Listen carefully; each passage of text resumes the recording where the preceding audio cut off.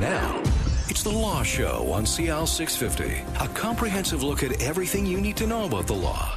What's your advice in that situation when they're not emotionally ready? I tell my clients, don't settle for something unless you're willing or you're able to do it.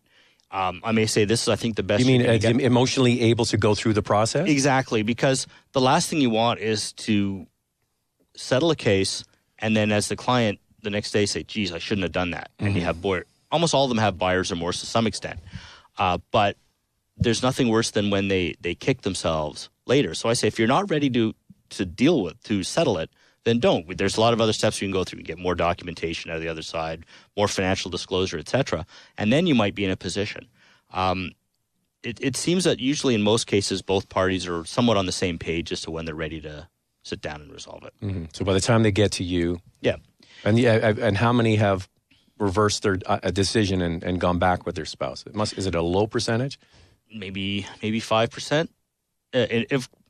I think it depends. I've had cases where someone's come in to see me just for legal advice, and then they've come back 5 years later for the actual separation.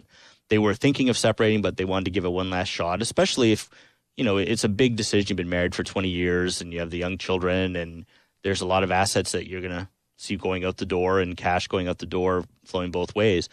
And so they may have some sober second thought of it.